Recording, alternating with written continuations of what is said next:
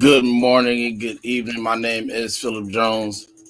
And I am Tafaro Cook, two-time kidney transplant recipient and founder of Kidney Care Coaches, where we coach people with stage 3 to stage 5 kidney disease. If you or you know someone else who has kidney disease and they need to be coached, hit us up at kidneycarecoaches.com. Today, this is a great little article, a story that we found that I think it resonates with a lot of dialysis patients, especially on hemodialysis. It says, nurse injures dialysis patient's port, causing dangerous bleed out. Now I'm gonna read this little story. It's a quick little article. Then Phil and I can talk about it. And if you have anything you want to chime in, feel free to chime in and like and subscribe to Second Chance Podcast. This case involves a dialysis patient who developed a scab at the site of his port. Upon arriving at dialysis, the scab was recognized and acknowledged by the patient and treating staff members. The patient requested not to use adhesive tape on the site of the port scab to avoid further irritation. In spite of his request, however, the staff used tape on the patient. The following day, the patient's scab fell off and the patient nearly bled to death. He required an extended hospital stay and two surgical procedures as a result. It was alleged that the dialysis nursing staff failed to adequately monitor and protect the patient's access port, causing him further complications. Wow. This is crazy, man. I could tell you a number of stories. I was on hemodialysis for 5.5 years, so I could tell you a number of stories. To me, Phil, this is a classic case of being your best advocate, where even if you tell them what to do, and you have to be watching yourself, so you can say, "Hey, I told you to don't do that," because this is what happens when you let somebody else take control of what's going on with your health. What's your thoughts on this, Phil? Um, I've always been the person. If I give instruction, I expect them to be followed because I'm not just telling you this just for to be talking out the side of my neck or anything like that. So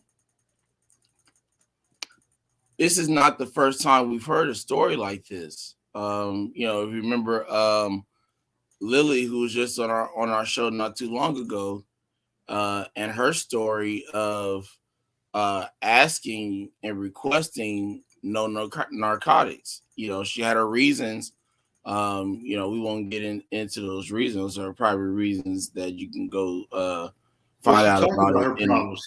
She yeah, she's open and candid about what she said. She said she was a recovering, addict, and she didn't want anything like that, and they still gave it to her. So right. you're right about that. Yeah, I mean, those are the that you need to, like you said, we don't watch everything. When you have instructions like that, especially specific instructions, I always am paying attention to stuff going on, in my room.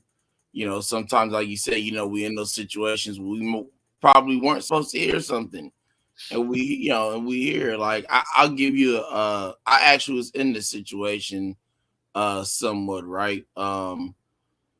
2018, um we took a trip to Arizona. Our theater team took a trip to Arizona, right. And Hmm.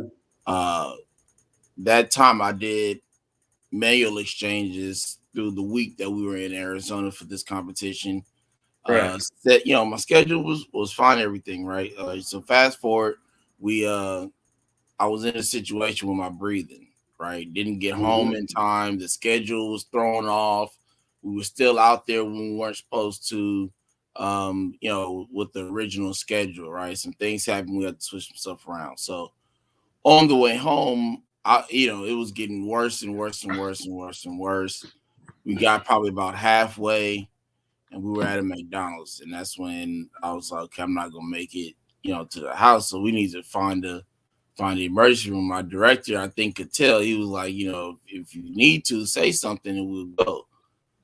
So I was trying to make it home, realized it wasn't gonna happen. So the fast forward, we ended up in, I won't tell you the funny part in between that story, but we got to Blythe, California, or I think it's, yeah, Blythe is in California, right? Or like on the edge of Arizona, somewhere in there. And we we get to this hospital. It's one of the smallest hospitals you probably ever would see, medical facilities, right? It was in the middle of Blythe, is like in the middle of nowhere, basically. And so their emergency room was like somebody's personal office. It was small, small, right? The waiting room in there was small. The emergency room didn't even have rooms. It was curtains separating the beds, right? Mm-hmm. One of those old school, old, hadn't been updated type emergency rooms. So the doctor that was there probably was like the first doctor ever to work there and the only doctor that ever worked there. And he came, I think I told you this story where he walked up to me and said, "Hey, Mr. Jones, do you have any allergies to any medication?" I said, yeah, told him my allergies were, minoxidil, hydralazine, heparin, NSAIDs, right? And he says, "Oh, okay," and so he asked me some further questioning, and you know, and this is where being your own advocate comes into play, listening to everything your doctor is saying to you, and things, because you'll catch things like this. He goes, "Oh, okay, so we're gonna give you some medications and whatnot," and one of the medications that he named was minoxidil. And I said, I just looked at him and I said, "Did you not hear when I told you that I'm allergic to it? It is in my chart. This is not something that I just feel is, a problem. Like, this isn't, it's in my chart. The doctors see this, the nurses see this, Right. it's seen by medical people, right?" And his next question was, uh, "Well, what does it do?" I said, "Does it matter?" I said, "Does the side effects matter? If there are side effects, there's the issue, right?" Mm-hmm. And it seemed like he was trying to push at getting me to change my mind and say, "Okay, give me the minoxidil." I'm like, "No, I'm not changing my mind. I don't want that." I said, "Otherwise, I will be here for a number of other issues that I didn't even have when I got here, which is the same situation here." He shouldn't have even been there longer than he was. He should have been out probably a couple of days after whatever procedures and things like that he had after the scab. If it would have just healed the way it should have healed, he would have been, sent on his way with some gauzes and stuff. Hey, take care of it, pay attention to it, make sure it's not doing X, Y, Z or whatever. But some doctors, they think they're smarter than the patients because of the education that they received, and we talk about this on a number of occasions. The education that physicians with the knowledge and the experience that patients have to work together. It's not just a one-way street. It has to be um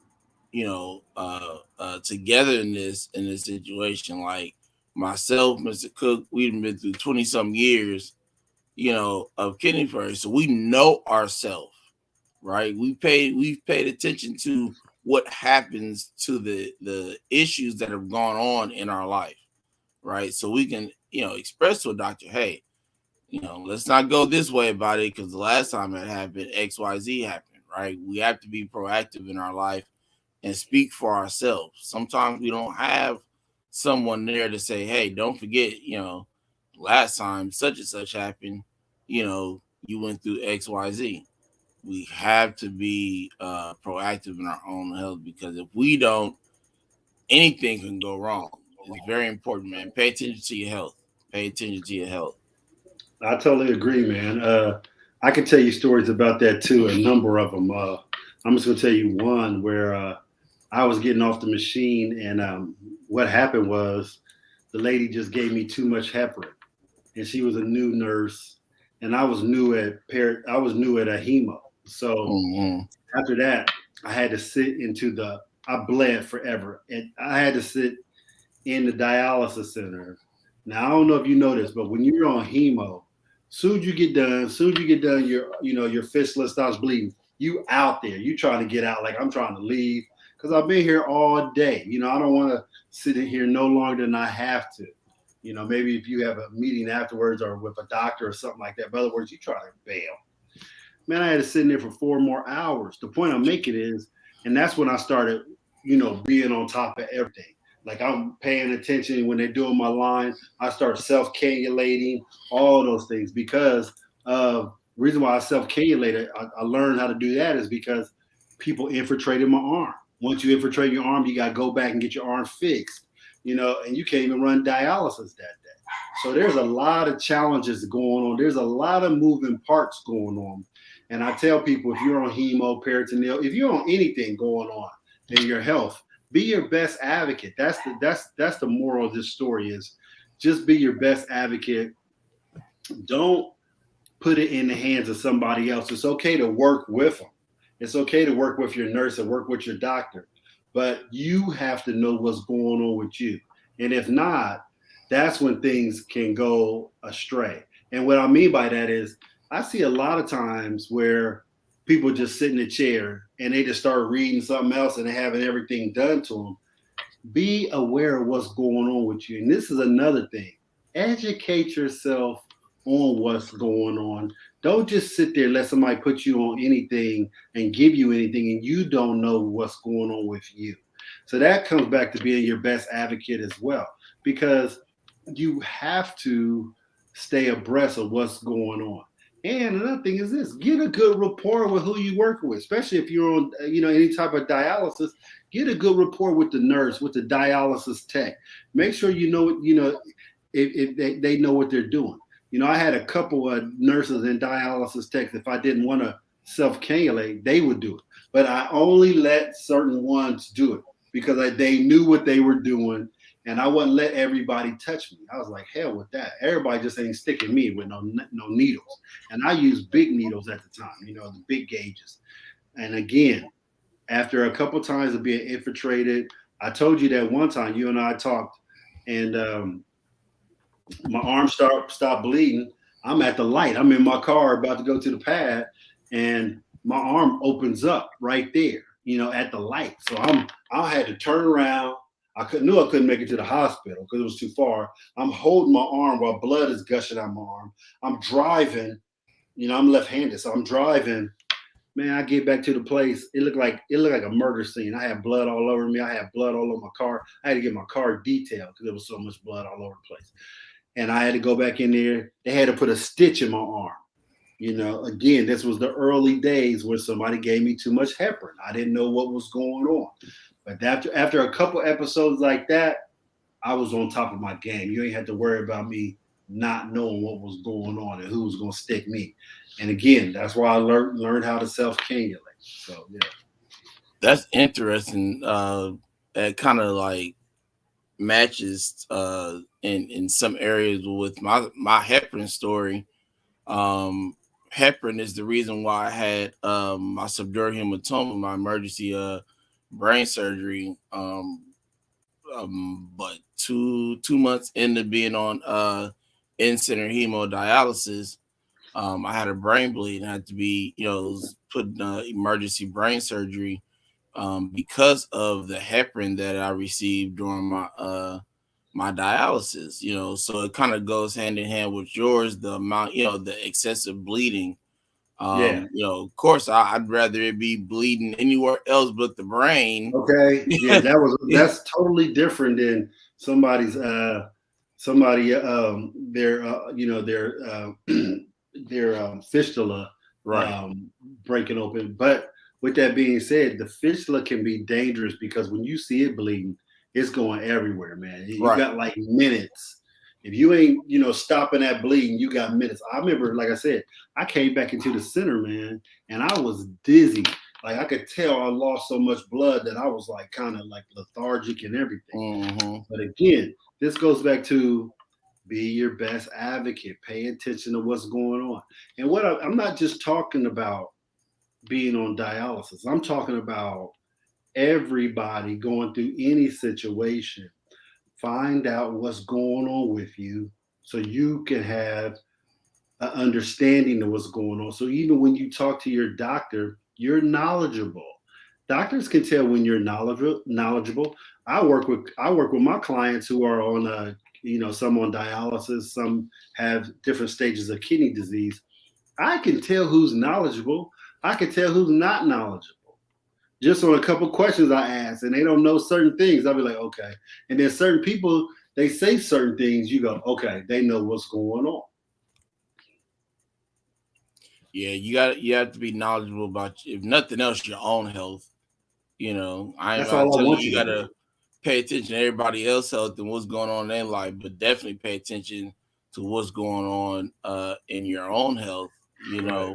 You need to know these do's and don'ts, because one miss don't and will put you in a hospital, even kill you if it's the wrong don't. They don't, not supposed to do this, and then it happened because you was never paying attention when you went through that problem, to be able to tell a doctor or a nurse, hey, don't do this, because XYZ happens.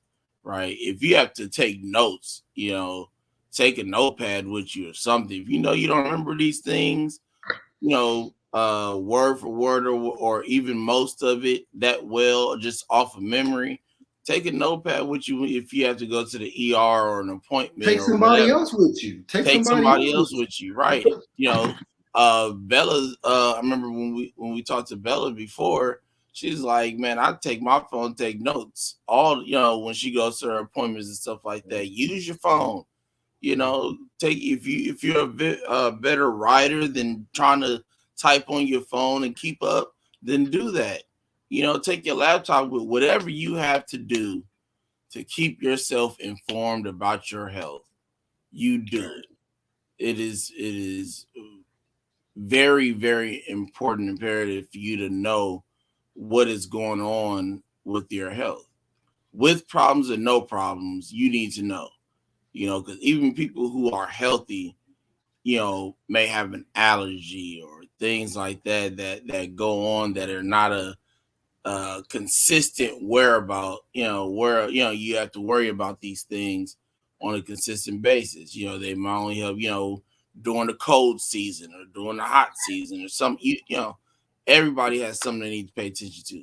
So make Right. sure that you take every note possible to know your health. It's very, very, very important that you know these things, especially if you're a parent and you have a kid, that go through health issues.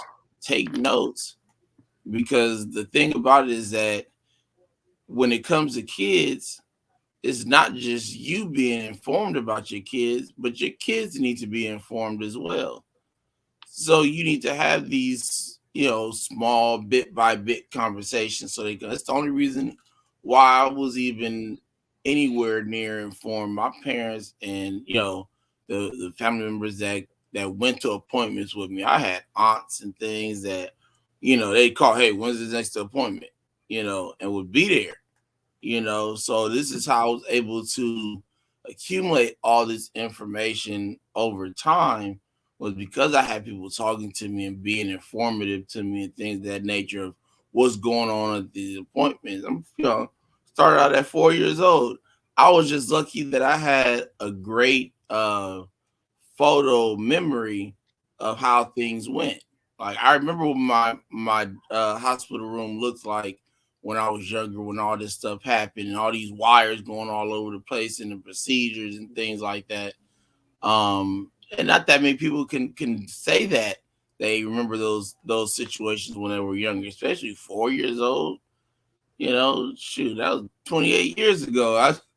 I bet, and I can barely remember what I did yesterday. So I'm just lucky to be able to have that memory from that long down the road. So definitely, man, it's super important. Pay attention to your health. Talk to these doctors. Ask questions. Take notes. go home and look these things up. And don't just go to WebMD and look up things and believe the first thing you read, because you may have a special circumstance that you didn't even really know about. So you take that information that you get, go on YouTube and look up these specific these doctors that specialize in your issue, or read these articles like how we read today. There's also educational articles that are written to educate you on special circumstances and things of that nature. And I'm not saying when you read these things just take it and run with it, but you take it and you go to your physician, your specialist, and you say, "Hey, I read about XYZ occurring with this issue.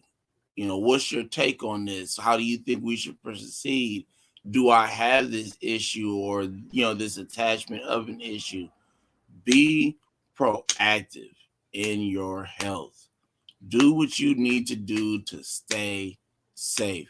It's beyond important for you to know about yourself, because just like this situation here, that person was informed about what can happen, um, with taxidermy and things of that nature, and was, hey, let's not go this route because XYZ can happen. It may be an underlying condition with the skin of this person that we don't even know about, and the reasoning why they wanted to say, "Hey, don't let's not do this. Let's go this way with this healing process." So you may have those situations where you need to be able to tell uh, a doctor, because you may not always be at your doctor when something happens. It's been a number of times where I've had to go to Centinela Hospital, or like on my way back, talking. So your chart may not be there. You have to know what's in that chart, because if you don't, you may be in this situation where you got an extended stay because of things happening that probably should not have happened. So Yep, you're right, man. I'm glad you know it all. You know it, brother, because you hit it right on the head. I'm done. I don't have anything else to say about that. all right, man. Well, that was actually something very important that needs to be touched on. Yeah. We try to say know your health as much as possible because it's very important. The other thing is that we talk about kind of on a normal basis is building a rapport with your physician. Building a rapport with the nurse. If you're a dialysis patient and you have to go to clinic, for your monthly clinic appointments, or if you go into in-center hemodialysis, or you go to the center at your medical facility. You may not go to Fresenius, or you may not go to DaVita, or these number of other dialysis clinics. Um, you need to build a rapport with these teams, these doctors, the nurses, the nutritionists, social workers. uh these people are very important in your life, and you need to have a great relationship with them, because if they don't feel, and it's crazy that they think this way, but if they don't feel that you're invested in your health, you are not going to get the 100% care that you should get, because they're immediately going to feel like you're just here to get by. You know, it, I don't know what else to say, man. Maybe I talked too much and people lost interest, but Nah, you good. You just you hitting them know, in the head. You it's telling the truth. just it's important. We understand that because we live it. We've been through these situations where not saying something or saying something can either put you in a bind or save your life. Yep. Is important. And I will end with this.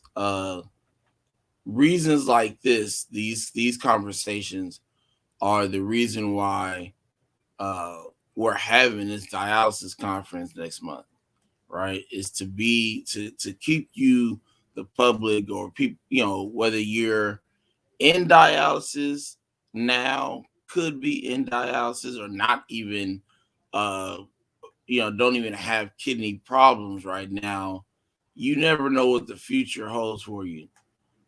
So it's important to be informative about these things because you don't want to be in a situation where you know um, you know nothing about this. I mean, knowing just even a little bit can help you in a transition of having to be going into kidney care and things of that nature. You start off stage one, stage two, but if you know the ins and outs of stage one and stage two, it can leave you in that situation more than having to go stage three, four, five, dialysis, transplant, things of that nature, when you are informative about these things. So, um, I'm gonna leave it there, and I hope that the people who watch this between now and then, even after the fact, if you watch this before coming across the replay of the conference, later down the line, you able to go back and watch it and pick up that information because it's definitely good. It's important. We're gonna touch on a number of things in this conference: the nutrition side, the physical activity side, the not things that you need to know on specific dialysis, in center hemodialysis will be touched on by Mr. Cook, and then the manual peritoneal dialysis side as well. Um, Mr. Traylor will touch on um, in-home hemodialysis because that's what he went through. Most of his time of dealing with dialysis. I'll touch on in-home peritoneal dialysis on the cycler, which I'm doing right now. Literally, I'm still connected to my machine right now. It's doing a last fill, as I'm speaking to you guys about it. So, um, we have a lot of knowledge on these particular um, dialysis, and so it's important that you get this information and know about it. And here's the thing: it's not when it comes to information like this, you may not be the one that's going through it. You may know somebody else that is, which puts them in a better position because now they have somebody in their circle that's knowledgeable about what they have to go through. You can call and say, "Hey, just checking to see how your dialysis went today. How you feeling? Do you need help around the house? Do you need help getting stuff done? Do you need to go to the store and pick up some stuff?" You know, we all know, man. After dialysis, man, you tired. Especially if you're doing in-center hemodialysis, man, because in-center dialysis is a different process than doing peritoneal dialysis, right? And you tired when you in center or even in home. It's a faster process to do more when it comes to hemodialysis. Peritoneal dialysis takes longer. You doing manual, that's something you do all day, right? When you doing home peritoneal dialysis, is something that takes, excuse me, a longer period of time and kind of works a little bit better on your body because it takes longer to get the same kind of result, right? When you got to pull that blood doing hemodialysis so fast, it can take that energy out of you. It's tiring. It is tiring. But if you're on the outside looking in and don't know these things, and you think, why they life like this now? So it's a lot that goes into dialysis, and we're hoping that we can, relay this information to you so you'll know what to look for as a patient, what to look for as support and family, that has to help somebody that is going through it. So it's not just information just for the patients. It's coming from patients, but and we do have a professional on as well, Dr. Shrieker Brookings, nephrologist that's in Atlanta, Georgia, started remote renal care to help in a remote environment. Same care, that you would get going into a doctor's office. You do blood work, you do X-rays, you do all that stuff like that. It's just maybe a tad bit easier on the patient, really. Especially now during COVID time, you don't have to get up and leave your house unless you're probably doing labs or some kind of test that you need to get done. But you can relate, you can relate these, relay. Sorry, not relate, but relay these issues and things like that are going on to your nephrologist uh, and Dr. Brookings and get the same care without having to deal with COVID and other sicknesses that happen within the medical facility. So. Uh, I'm done. Bella, thanks for joining us. Mr. Trailer, thank you for joining us. I'm gonna say, Mrs. Cook, thank you for joining us. Mr. Cook, we appreciate you getting on. I tell you, bro, I get so lost sometimes. We on now. It's 11 o'clock out here, man. It's 11:49, but it's 2:49 out there. So when you like, hey, how's school going? I'm like, she out of school already? I'm like, duh, time difference. So, um, we appreciate you whether you watch it down, whether you're watching the replay later. Thank you for your love, your support for a second chance for kidney care coaches. Definitely go to kidney care coaches as well. When you subscribe here, go straight over there and subscribe as well, because it's the same info in a different way in kidney care coaches, and Mr. Cook is over there bringing it. So it's going to be a lot more that's going to come up on kidney care coaches. We're going to get into. I'm gonna try my best to help him get this information out, or find somebody that can do it for sure. So we can make this happen. So we appreciate your love, your support, and we will be back Sunday morning. Well, it'll be morning here. It'll be the afternoon where Miss Cook is. It'll be the evening where Ali is. Ali is in London, England. He is a recent living kidney donor. Just recently donated his kidney, I believe, around November, so I could be off on that. But he's just recently donated his kidney, and he jumped straight into the advocate game as soon as he wanted to bring the awareness to being a donor and being able to save someone's life. So very important interview that we have coming up this Sunday. Next Sunday we have D Moore, who's in Birmingham, England, who is the host of Diary of a Kidney Warrior, which I'm sure most of you have probably heard of, that are kind of deep in watching these podcasts for this information. What's this question? What's the doctor's contact info in the left? I will put Dr. Brookings' contact info. Well, it's actually easy. It's remote, REMOTE, renal, RENAL, and her name is Dr. Sharika Brookins. Not Brookings with a G, but it ends off at the IN at the end. So it's BROOKINS. Dr. Sharika, that is SHARICA. Brookins, BROOKINS. And she is in I believe, Atlanta, Georgia area, or around in that area, per se. She may be in a specific city and just in that uh, vicinity. So definitely look her up. Great woman. She'll actually be on Hope with Jonathan as well coming up. I think next month or so, and so it's going to be a great interview as well. Then she'll be on our conference. She also spoke at our last conference in November. That's on um, uh, a Second Chance channel, as well as Hope and Jonathan.